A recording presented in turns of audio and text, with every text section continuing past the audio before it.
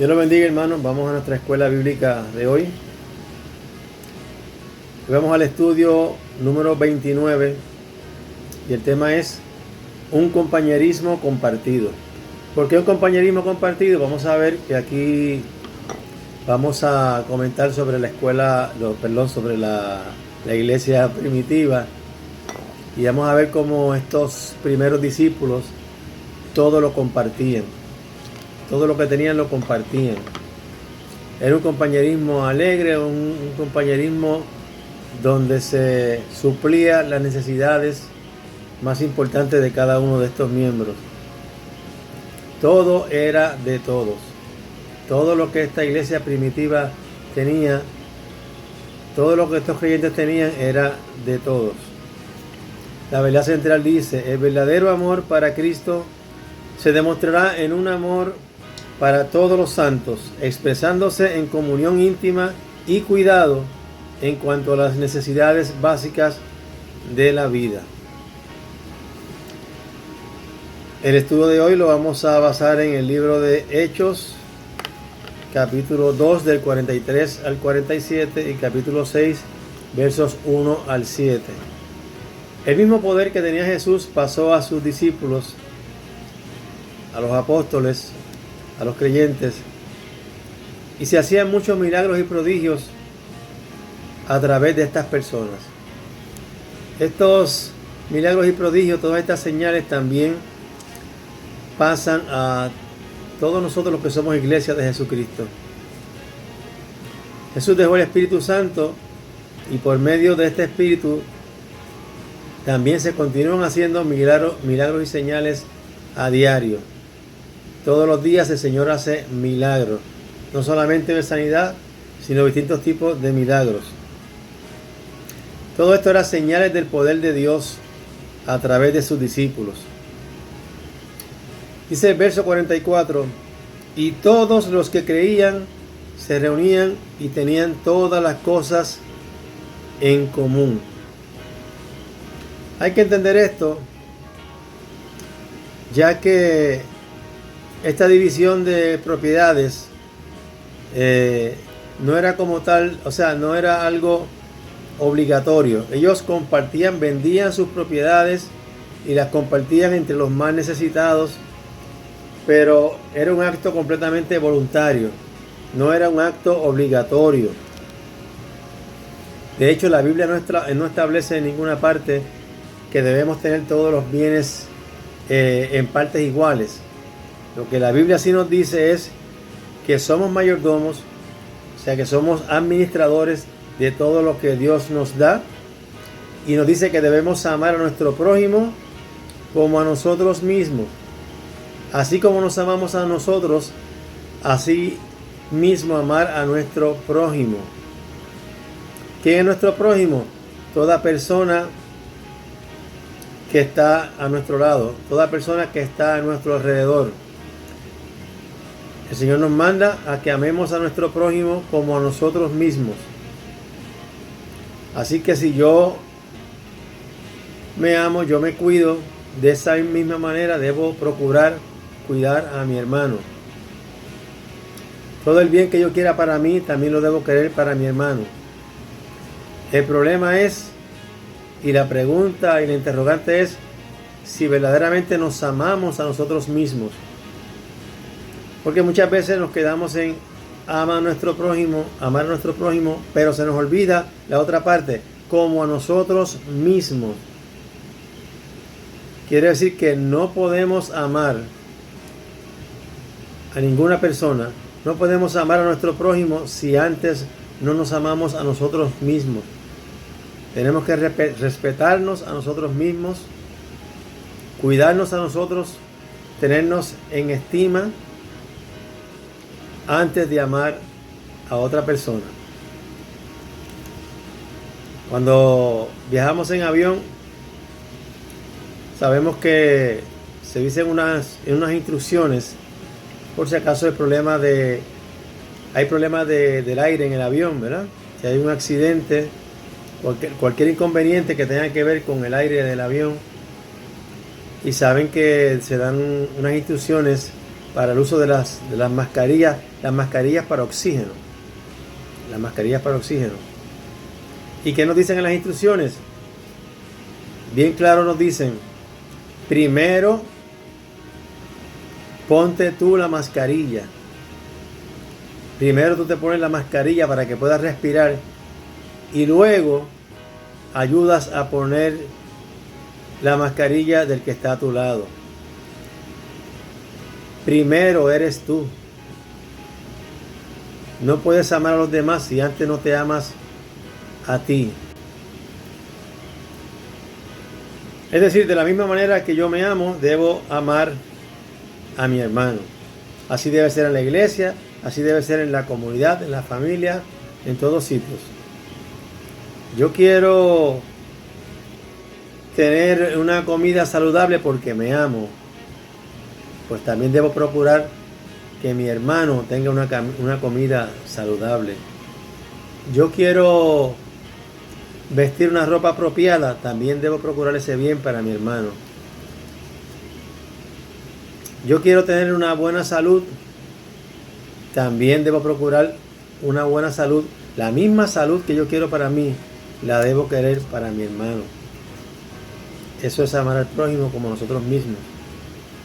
También la palabra nos dice que es más bienaventurado dar que recibir. Más bienaventurado es dar que recibir. Hay más gozo en dar, en servir, que en recibir. De hecho, cuanto más damos, más recibimos, dice la palabra de Dios, y esto lo vemos a diario.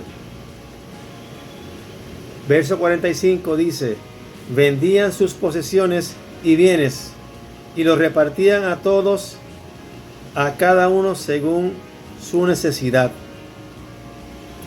Fíjense, en este verbo vendían, esta palabra, este verbo vendían es un pretérito imperfecto que indica que esa acción se hacía repetidas veces. No es lo mismo decir ellos vendieron sus posesiones que decir ellos vendían. Al decir que vendían sus posesiones, esto implica que lo hacían repetidas veces. Esto indica una costumbre repetida y demuestra que no era que todos se hacían de sus propiedades a la misma vez, sino que lo hacían cuando había la necesidad. Cuando había la necesidad, vendían sus propiedades, algunos hermanos, y del dinero que obtenían repartían según las necesidades de cada cual. Este es el compañerismo compartido. La frase según su necesidad indica ocasiones individuales, o sea, cuando surgía la necesidad.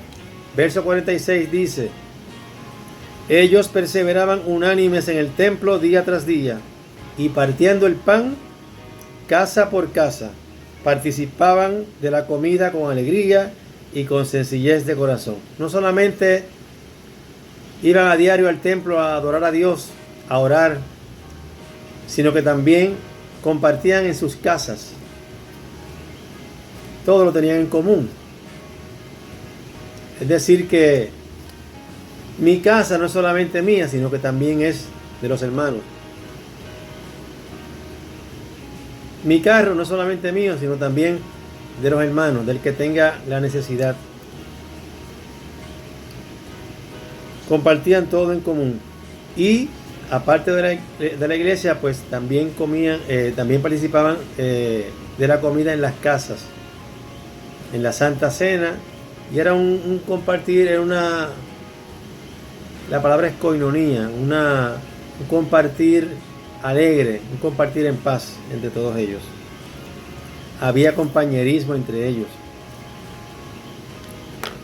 Este compañerismo pues se expresaba no solamente en el culto, sino también en las casas de ellos. De esta manera ellos compartían y lo bonito de esto es que dice la palabra que ellos eran aceptados por el pueblo. El pueblo, a esos primeros creyentes, esa primera iglesia que se formó, el pueblo los aceptaba. Ellos tenían el favor del pueblo. El pueblo estaba a favor de ellos. Así mismo nosotros, cristianos, debemos procurar que nuestra comunidad, la gente que nos rodea nos apoye y que tengamos el favor de ellos. Darles testimonio de que somos verdaderos cristianos. Y dice que cada día crecía más y más la iglesia. Precisamente cuando reconocemos que somos pecadores, comprendemos que somos hermanos. Había hermandad entre ellos. Había un deseo de compartir y sobre todo estaban pendientes a las necesidades de cada uno, a los que más tenían necesidad. Todos eran uno solo. Y todos los seres humanos somos uno. En realidad somos uno. Por eso debemos alegrarnos del éxito del hermano. Como dice la palabra, gozarnos con los que se gozan y llorar con los que lloran. Compartir con cada hermano también en los momentos difíciles. Vamos ahora a Hechos capítulo 6, versículos 1 al 7. Dice el verso 1. En aquellos días, como crecía el número de los discípulos, se suscitó murmuración de parte de los helenistas contra los hebreos, de que sus viudas eran desatendidas en la distribución diaria. Aquí ya vemos, fíjense que cuando la iglesia había pocos creyentes, pocos miembros, no había problema. Los problemas comenzaron a surgir, o el problema empezó a surgir cuando la iglesia creció en número de fieles. Este grupo de creyentes estaba constituido por judíos, podemos decir judíos con plena cultura judía, con plena cultura hebrea, pero también había judíos helenistas. En este caso, pues también ellos, los helenistas, eran cristianos, pero que se habían criado fuera de la Palestina, especialmente en el país de Grecia. Por lo tanto, ellos tenían la cultura griega y hablaban más en griego que la lengua hebrea. Así que fíjense cómo la diferencia entre estos grupos aparentemente produjo este problema. Los helenistas se quejaban de que sus viudas no eran tan bien atendidas en la repartición de los alimentos como las viudas de los judíos. Aparentemente había discrimen contra los helenistas. Fíjense que el ser humano siempre tiende a discriminar con el que es diferente. El cristiano debe apreciar, valorar y aceptar la diversidad, las diferencias, ¿verdad? Porque es fácil amar y compartir con el que es igual que nosotros. Eso es fácil. Al que es igual que nosotros, al que tiene nuestras costumbres, es fácil amarlo y llevarnos bien y compartir. El problema es cuando tenemos que compartir con alguien que es diferente a nosotros, en sus actitudes, en su forma de hablar. Ese es el gran problema del ser humano. Qué bonito es amar y ayudar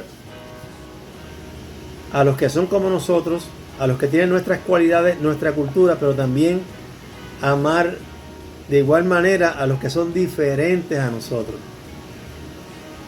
El día que la humanidad aprenda a amar de igual manera a los que son diferentes en todo el sentido de la palabra, ese día la humanidad será una humanidad verdaderamente con principios cristianos. Eso es ser cristiano. Amar la diversidad, amar al que es diferente. Y este aparentemente era el problema que había allí. Dice que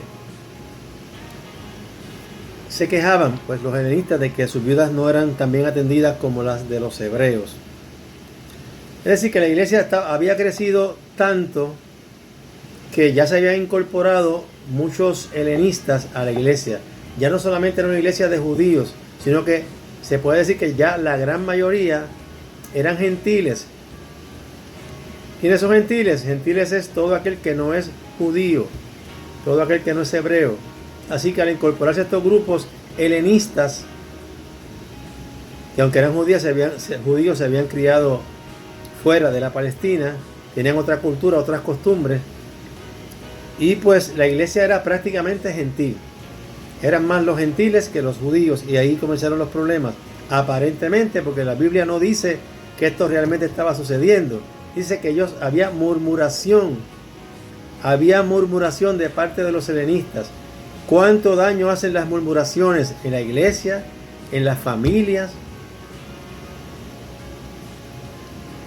en el trabajo? Donde quiera, la murmuración siempre causa problemas.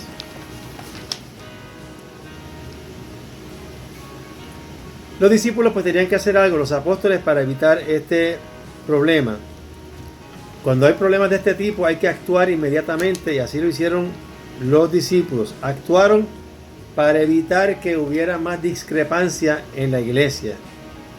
Tanto en la iglesia como en la familia, tan pronto surge algún problema, alguna murmuración, los verdaderos líderes actúan de inmediato para arreglar esta discrepancia, ¿verdad? Para arreglar y manejar bien estos conflictos. Dice el verso 2: así que los 12 convocaron a la multitud de los discípulos y dijeron: no conviene que nosotros descuidemos la palabra de Dios para servir a las mesas. Vemos aquí como los 12 apóstoles todavía tenían el liderato, ya tenían la autoridad, todavía decidían. Así que promovieron esta reunión para escoger a 7 hombres que se encargaran de el repartimiento de los alimentos. Dice el verso 3: escoged pues, hermanos, de entre ustedes a 7 hombres de buen testimonio. Ese era el primer requisito. Tenían que escoger hombres, primero, que tuvieran buen testimonio, es decir, que tuvieran buena reputación en la iglesia. Tenían que ser personas que la iglesia confiara en ellos, gente de confianza, llenos del Espíritu Santo. Ese era el segundo requisito. Tenían que estar llenos del Espíritu Santo y de sabiduría, a quienes pondremos sobre esta tarea. Así que después de esto nombraron ellos estos 7 hombres, quizá porque el número 7 pues era un número significativo, significaba la perfección para los judíos. Se cree que estos pues fueron los primeros diáconos, que aquí comenzó el ministerio de los diáconos.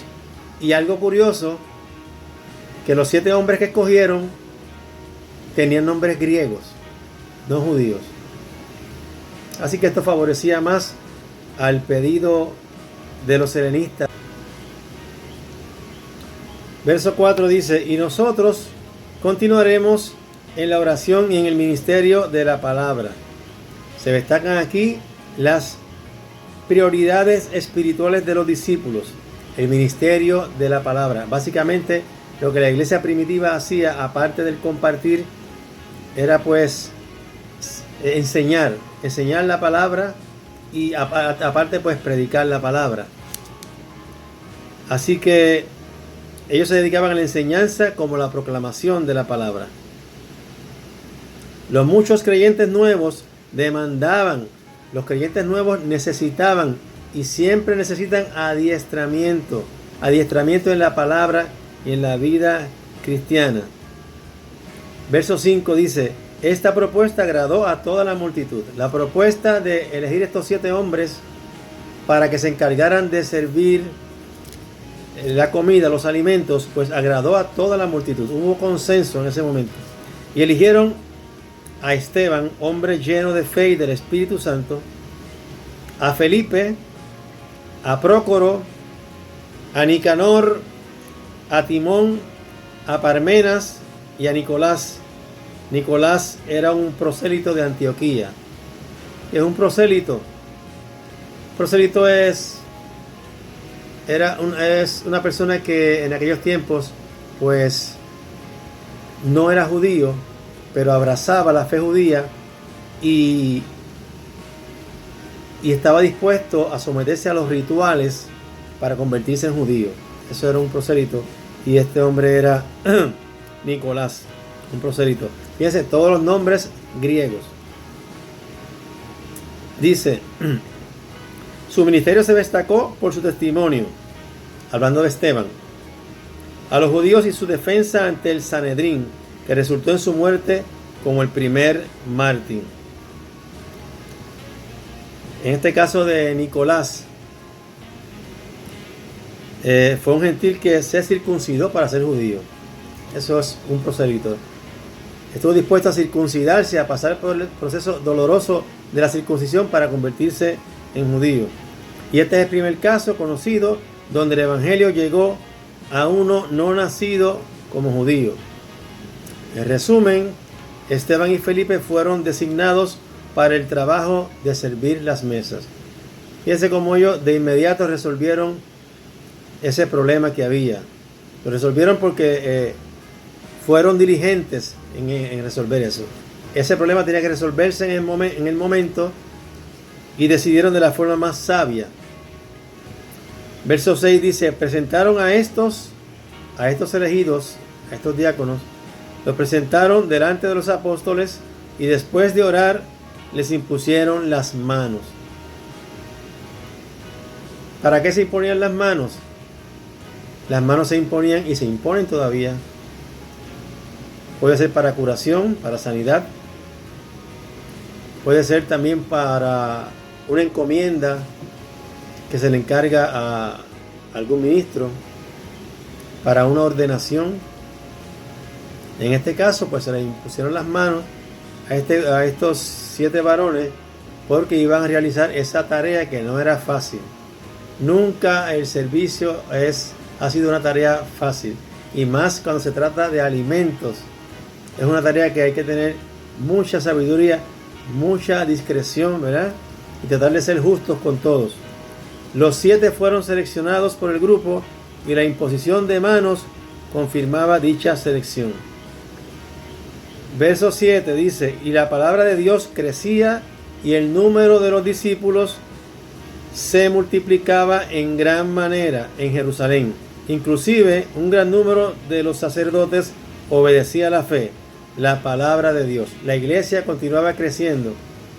Era tanto el crecimiento que dice que un gran número, muchos sacerdotes judíos se convirtieron a la fe cristiana y eran parte de esta primera iglesia.